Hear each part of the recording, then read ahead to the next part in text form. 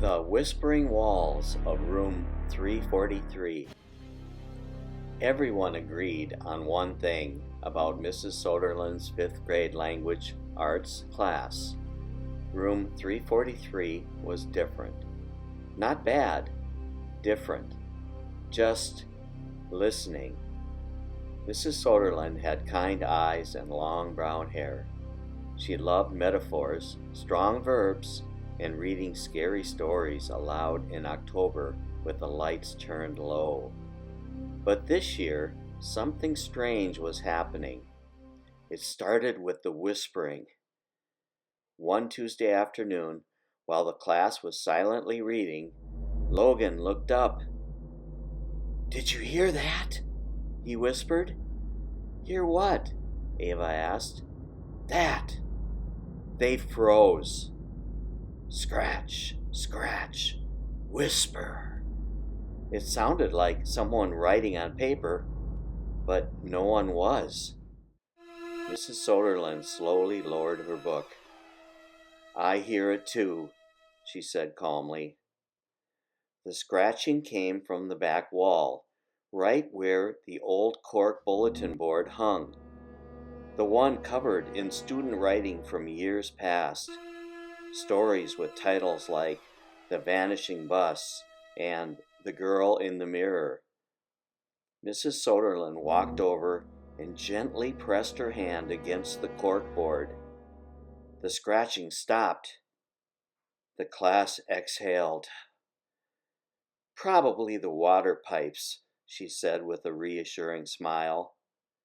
"But pipes don't whisper words."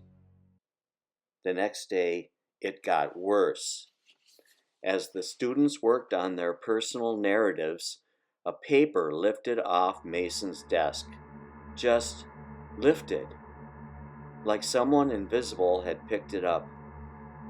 The paper floated in the air for 3 seconds, then dropped. On it, in shaking pencil writing that was not Mason's, were 3 words: "Finish the story." The room went silent. Mrs. Soderlund stared at the paper. Her face went pale. "That," she whispered, "is impossible." That afternoon, after school, Mrs. Soderlund stayed late. She stood alone in room 343, staring at the old bulletin board. Slowly, she began pulling down the yellowed papers pinned to it. Behind them was something no one had seen before. Faint writing, pressed directly into the cork. Names, lots of names, former students, and under them a single sentence scratched into the cork: "We never finished."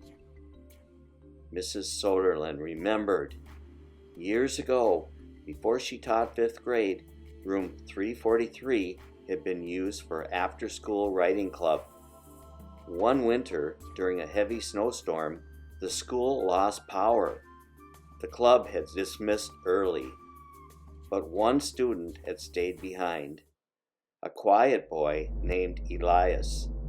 He loved writing ghost stories. He never turned in his final one. He never came back to school. He was just gone. The search lasted weeks. They never found him. Back in the classroom, the lights flickered. The classroom door slowly creaked shut. Behind her, papers began rustling. Mrs. Soderlund turned. Every blank page in the room had words appearing on them. Sentences writing themselves.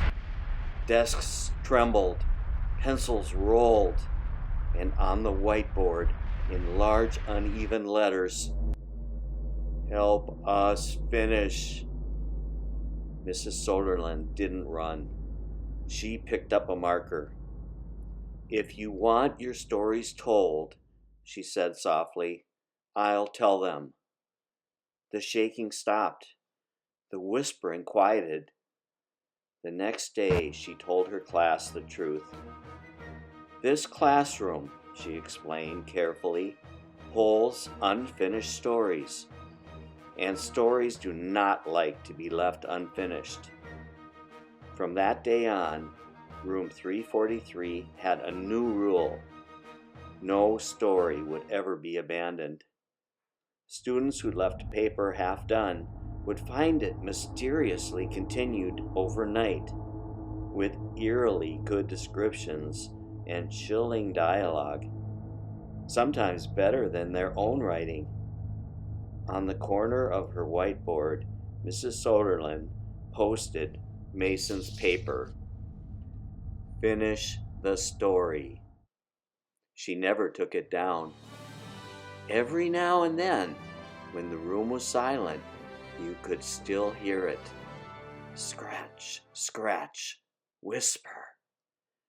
And if you listened very closely, you might hear a boy's voice saying, "That's better."